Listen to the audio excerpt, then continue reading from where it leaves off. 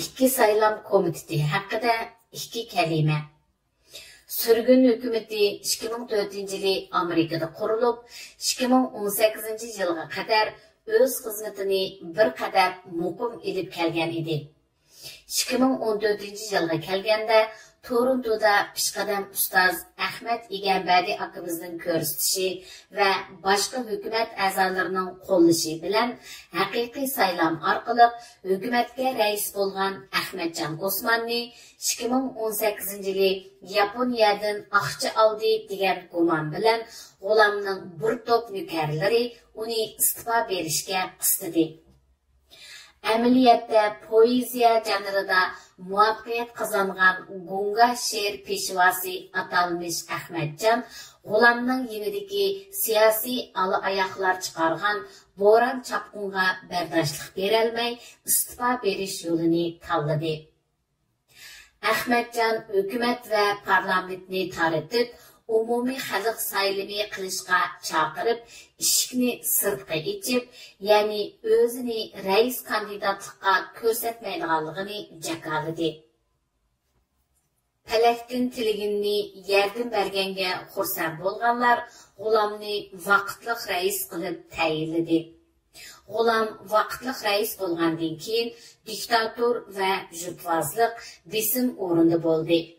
Qarshi fikrdagilar siyosiy rangvozlikni farqlantiroladigan va ditiga yoqmaydigan insonlarni hukumatdan tozalash harakatini boshladi.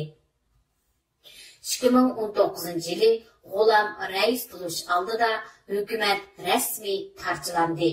Sabab haq bilan naq, jaholat bilan haqqoniyat, rost bilan yolg'on, aldamchilik bilan samimiylik, diktatura bilan demokratiya, mustaqillik bilan xoinlik, dasturliq diniy e'tiqod bilan radikal diniy kuchlar, Turkiston ummat shuari bilan Uyg'ur kimligiga xiris, Xitoy tillik Xitoy parast Uyg'urlar bilan vatanparvarlar, bilimsiz nadonlar bilan ko'z uchuq insonlar o'tirsidagi kuch ilishishning natijasi bo'ldi. Hali ham keskin davomlashyotidi. Kimning haq, kimning naq ekanligini umumiy xalq 4 yil sukut bilan kutdi. Oxiri dumbax yerildi. Bir qism sirlar ichildi. Biroq xalq buningga hayron qolar emas. Uyg'ur xalqining vatan va muajiratdagi keskin taqdiri endi bizning sukut qilishga bo'lmaydiganligimizni isbotlayotidi. G'ulamning aytishicha, hukumat ichidagi ismi atalgan qotil, xoin, jin shayton shayotullarni tozalab, surgun hukumatini Xitoy istixborotidan saqlab qolganligini bayon qildi. Endi ismi atalgan xoinlar xalq oldida g'ulamning video bayonotiga to'liq izohat bergan bo'ldi. Anladik. Undaqda g'ulamchi G'ulam o'zining O'rta Osiyodagi qotillik jinoyati, necha million dollarni bulab ketish va hukumatning parchalanish strategiyasi uchun umumiy xalqqa ishonarli izohat tefi bergani yo'q. Biroq berish kerak. Agar bu sazgur masalaga xalqimiz qoyil bo'lg'udak izohat bermasa, undaqda xalqimiz ularning orqasida bo'lmaydi va qo'llamaydi. Çünkü bu nayta xatarlik ahval. Ularni xalq manfaatidan jiroq, xalqning mustaqillik kurash irodasiga qarshi insonlar qatoridagilar deb tushunadi va bularning bir qismiga muajiratdagi Uyg'urning surgun hukumatini xotirjam topshirib berolmaydi. Qarindoshlar, biz pilsirat ustida turyapmiz.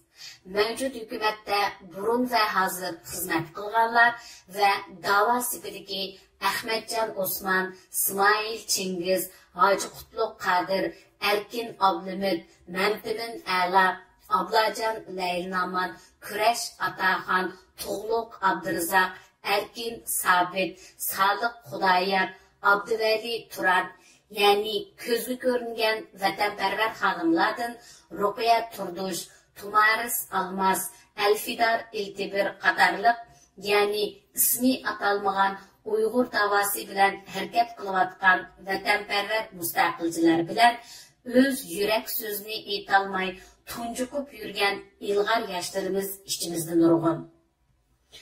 Uningdan boshqa Sharqiy Turkiston Federatsiyasi, tashkilotlar birligi, tonilgan diniy zot ustozlar, ulamolar jamiyati, dunyo ayollar birligi, Uyg'ur akademiyasi, Uyg'ur yoshlar komiteti qatorliq tashkilot derneklarda pishqan tajribalik qurg'uvchilar, vatanparvar rahbarlar bor. Biz ishimizki, bular xalqni sağlam yo'lga boshlay oladigan yadro kuch. Endi ular Uyg'urning birlashishi, sürgün hukumatining bir bo'lishiga boshqa turib, sagak bo'lishi va o'rnidan dasturib silkinishi lozim. Chunki sap oltin tavlanishdan qo'rqmaydi. Dunyoda Uyg'urlarni qo'llash kun sari kuchayotgan sharoit shakllanib, Xitoy vatanimizda irqiy qirg'inchilikni kuchaytirayotgan keskin vaziyatda turyapmiz. Xalq saylam komitetiga keng ovoz qo'shib, bir hukumat, bir rais nishonimizga kuch qo'shishimiz va o'zlarini dadillik bilan umumiy xalq saylamida o'zining hukumatiga kandidat ko'rsatishi lozim. Mana bu millatning sarxillaridan millatning kutgan umidi. Bilimizki taraflar bir-birini obdan biladigan, birga ishlab ko'rgan, bir safda turib baqqan, bir dasturxonda o'ltirgan kishilar bo'lganligi uchun bu ayblashlar o'zlariga nihoyat aniq. Shunlashqa xalq bu masalaga cho'qim diqqat qiladi va jiddiy qaraydi. Biz haqiqat tarafdorimiz. İki tarafning fosh qilgan jinoyatlarining yeshimiga adil hukm chiqarolmaymiz.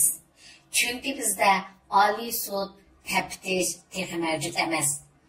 Hozircha taraflar sensimiz, men uruq yoki men uruq, sensimiz deb odatlangan muqomini to'lavesin.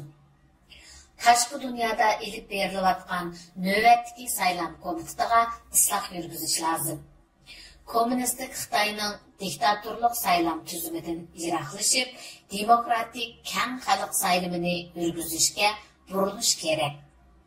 Uyg'urning ikki saylam komiteti birlashib, bir bo'lish prinsipida chin turib, birlashma saylam komiteti orqali keng xalq saylamida Uyg'urning bir surgun hukumati bo'lishi shart albatta.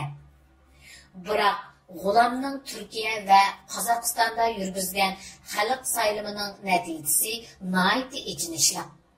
Chunki 1 milliondan ko'p Uyg'ur aholisi bor davlatdan saylamga 21 nafar odamning kelishi, uning ichidan 5-6 odam vakil bo'lishi nimadan darak berdi?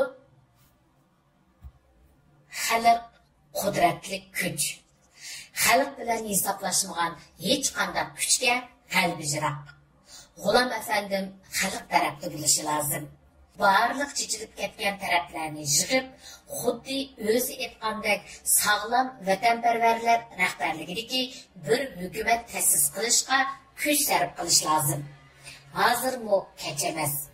Vatan xalq manfaati uchun G'ulamda undaq iroda, jasorat bor deb o'ylayman.